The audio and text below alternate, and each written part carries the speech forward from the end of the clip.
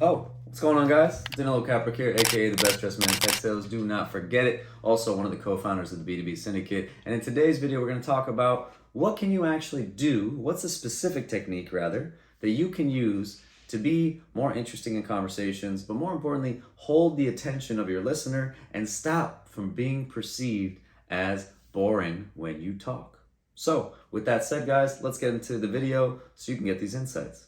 All right, guys, so the technique that we want to talk about today, I've mentioned it in other videos, but we haven't done a full-on video on this. So the technique that we're talking about today is called speaking like a roller coaster. Okay, now you're probably like, what the hell does speaking like a roller coaster really mean? Let me break it down for you. Speaking like a roller coaster is a way to hold the attention of your listener by playing with three levers, okay? These three levers are, number one, speed. How fast are you talking? Okay. Second lever is volume. How loud or how not loud are you talking?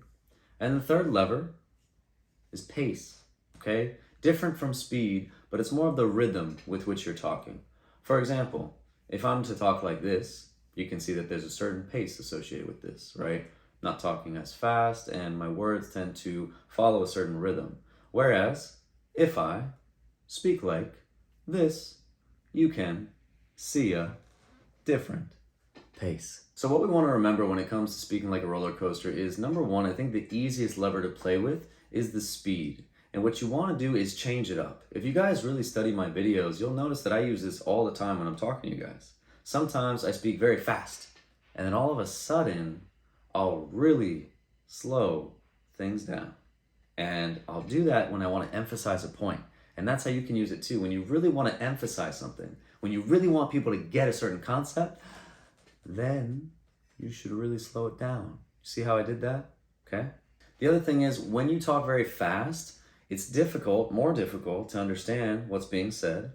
And number two, you give the impression to the listener that what you're saying is not very important, right? This is really important for SDRs who are doing cold calls. If you get super nervous and you talk really fast as soon as they answer the phone, just think about yourself. If you get on the phone, you say hello, and they're trying to say like 20 words in 3 seconds, you're gonna be like, whoa, hold up. Like, what's happening here, right?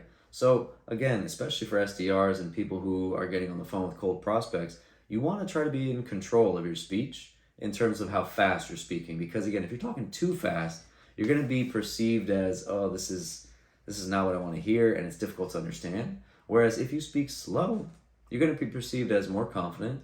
People are going to lean in because they want to understand what you're saying, and they're not going to get the impression that you're nervous. Now, the other lever that I talked about was pace, and you might be confusing pace with speed and be like, yo, those are the same things. They're not. Okay, they're not. Let me explain what I mean. For example, a common thing that salespeople do is we walk people through proposals, right? Proposal options, perhaps. And let's say you give your client or prospect 3 proposals or 3 options in a proposal. Maybe it's 2 options. Maybe it's 1, but whatever it is, it's probably more than 1. Let's say you're walking through 3 proposal options.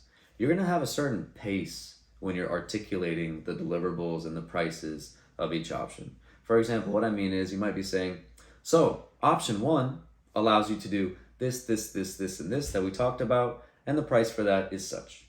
You're probably going to say the other 2 options in that same pace, in that same kind of pattern, right? Option 2, you get this, and the investment is this. Option 3, you get this, and this is the investment you make. Notice how the pace there was equivalent for all of those? That is something that you can do strategically in your conversation to, again, keep the ear of your listener. Here's the thing though, just like a song that's kind of hitting the same pitch, or it's being maybe, like for example, a rap song. If somebody's using the same flow, right, like Fetty Wap, for example, using the same flow, and they don't change up the pace, it gets annoying and you don't want to listen to it anymore because it's just kind of monotone at that point. There's nothing grabbing your ear as the listener. So that's the same thing we want to remember in sales. If I'm talking to you at the same pace throughout this whole entire video, you're going to click next. It's going to be really boring to listen to.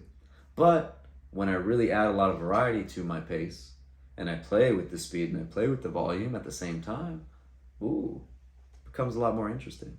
Volume is arguably the most powerful lever that you can pull when it comes to speaking like a roller coaster, and it is the thing that is going to help you draw people in to points you want to emphasize, and it's also going to help you exude confidence. Let me explain. For example, have you ever heard the expression, the loudest person in the room is usually the brokest? You might have heard another form of that expression where it's like the loudest person in the room has the most to prove or something of that nature. Typically, what that suggests is that there is a stereotype in Western cultures that say that if you are loud, you have something to prove. Maybe you're not really that confident about something. But what do they also say about the person who is most silent? Those are the killers, right? Those are the ones you want to worry about.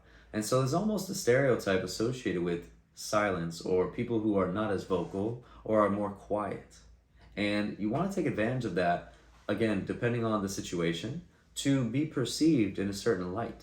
So if you want to be perceived as more confident, somebody who is more maybe in charge or more authoritative, you maybe want to lower your lower your volume. Because what that's going to suggest is you don't have to be loud to command attention. Whereas if you are known for always being the loudest person in the room, number one, you might be potentially disturbing to people, right? Depending on the setting. Number two, people might perceive you as, wow, they always need to be the loudest person or have the last word. And a lot of people don't like that. So again, it's in your best interest to play with the volume of your speech as often as possible. Again, to emphasize points, but also to influence the way you are perceived. So there you have it, guys. Those are the 3 levers that we can use to speak like a roller coaster. And again, just in case you forgot, the levers that we talked about were speed, pace, and volume. And we talked about how to use those strategically to influence not only the way you're perceived, but also as a way to emphasize certain points and keep the ear of your listener. And even if you didn't get anything that I just told you, watch this video back and take a look at how I played with the levers all throughout this video. And when you begin to master these levers and play with them throughout your conversation, the end result is you become a more entertaining person to listen to. You become a more interesting person to listen to. And all of a sudden, people look forward to your conversations. Why?